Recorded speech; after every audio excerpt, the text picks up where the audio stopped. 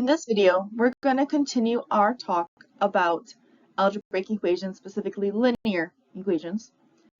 But now we're going to look at some special equations. Let's review. Remember how to find solutions to linear equations. We're using the idea of simplifying algebraic expressions, equivalent equations, and or operations. We can solve equations. Remember that an equivalent equation is simply an equation that have the same solution or solutions. And then we're going to be manipulating the equations by writing a series of equivalent equations. Essentially, we'll be using different properties of equations of equality, so that way we can simplify the equation so we can find the solution easily. Let's suppose we have this equation. Let's go ahead and solve. By using distributive property, we have 6x minus 18 plus 1 must equal 6x plus 4 minus 12. We combine like terms on each individual side of the equation, and we get as such. Now at this point, we would subtract or add, depending on what the operation, or depending on the sign of the coefficient, to combine our variables together. However, if we subtract 6x on both sides, we actually cancel them out. What we're left with then is negative 17 equals negative 8. Here, we don't have the variable. Well, what does that tell us about the solution? The variable becomes canceled, leaving the equivalent equation as such, negative 17 equals negative 8. How can we describe its solution? Even though we don't have a value for the equation, that doesn't necessarily mean that there is no solution. It all depends on this final equivalent equation. There are three types of equations we're going to look at. The first one we've already talked about. A conditional equation is simply an equation with a limited number of solutions. There are only so many solutions for this equation. Now, whether that be one solution, two solutions, three solutions, four solutions, or whatnot. But in any event, there's a limiting number of them. Because we're talking about linear equations, we'll have at most one solution. Well, one unique solution. However, we could have an equation that's an identity. An identity is an equation where the solution is all real numbers. What this means is that no matter what number you put into the equation, it will work. Because once the variables cancel out, you're left with any identity equation. For example, you could be given 5 equals 5. This is an identity because no matter what I would put in for the variable, even if it was like x plus 5 and 5 plus x, these are the same equation, and therefore no matter what x is, I'll have a solution, or I'll have an equation that is true. So these are true equations. Or I'll say that the equation is true no matter the value of x. On the flip side, you have a contradiction. A contradiction is an equation with no solution, or that the solution set is empty. Remember, this means empty, not zero. So for example, in the previous answer, or previous equation, we got negative 17 equals negative 8. This is false. Therefore, we would say that the original equation is a contradiction. Equations have no solution. Identity have solutions of all real numbers when it comes to linear equations. And a conditional equation in the linear equations means that there's only going to be one solution.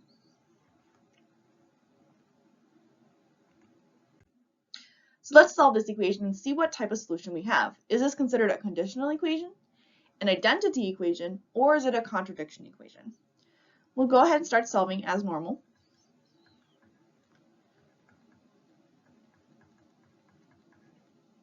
We'll go ahead and combine our values together. Now you'll notice that in this equation, we technically don't have to go any farther. This is going to be true regardless of whatever x is, because if I get rid of my x, I'm left with -8 equals -8. This is true. No matter what x is, I'm going to get the same value as an outcome, -8, -8 for this in this case.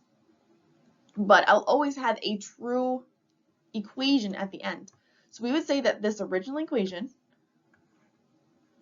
is an identity.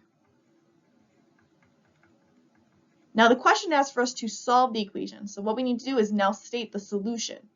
So the solution to this equation is either going to be, we can write it as this funky r, or we could write in interval notation -infinity to infinity. We could also write all real numbers. That's what this symbol means. That funky r symbol means all real numbers. All three of these are valid solution sets. We'll be focusing on interval notation when we get to linear inequalities, but for right now you can do all three of those as a way to describe the solution to this equation. Let's try another one. Now I'm going to go ahead and combine like terms as much as I can. On this side I'm going to have 1/3 plus 4/3 x must equal. Now I'm going to have 1/3 for sure, but now I need to add 10/7 with -2/21. I could multiply this fraction by 3/3, and that'll allow me to have the same denominator. What that gives me is going to be 30/21. Now 30 minus 2 would be 28. So we're going to get plus 28/21x. If I subtract 1/3 from both sides, those will cancel out. So what I'm left with is 4/3 x. 4/3 x equals 28/21x. I'm going to go ahead and combine those together by moving that over. So right now I have 4/3 x minus 28/21x equals 0. Now, 28/21 simplifies to 4/3. If I divide both 28 by 4, or by 7, and then 21 by 7. So really what I get is 0 equals 0. So what type of equation is this? This is an identity. Oops, there we go.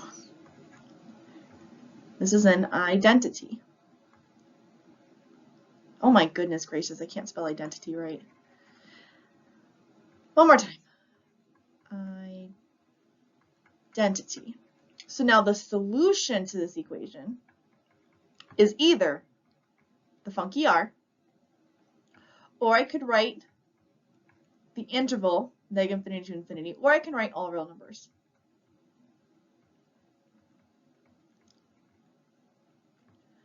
All three of these are considered an appropriate solution. Depending on how the question, what the question's asking for, it might want it in a certain form, but all three of these are considered the correct solution. Now let's look at this one. 9x minus 3 equals 9x plus 7. Combining my 9's together, I'm going to get -3 equals 7. Now this statement is false. That tells me that this original equation is a contradiction. And therefore, when I talk about the solution, it is simply the empty set, or we could say, it looks like a W, not an N. No solution. Contradiction always goes with no solution or the empty set. Identity always goes with all real numbers or the funky R symbol. And then, of course, if it's a conditional equation, then that means you have an exact answer. There's only one number in the real numbers that would actually work in the equation.